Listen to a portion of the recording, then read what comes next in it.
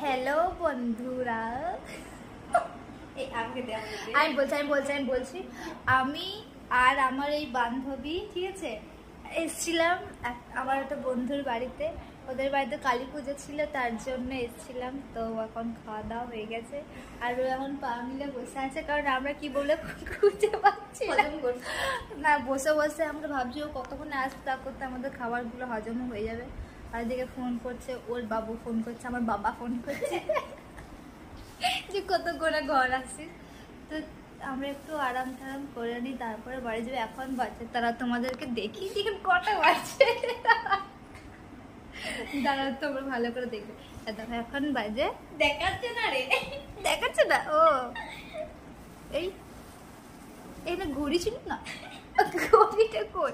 এ দেখো এখন বাজে 11:15, ঠিক আছে, 11:15 বাজে। বাড়ি যেতে যেতে 11:30 বেজে যাবে, তারপরে যখন মেকআপ তুলবো ঘুমিয়ে পড়বো।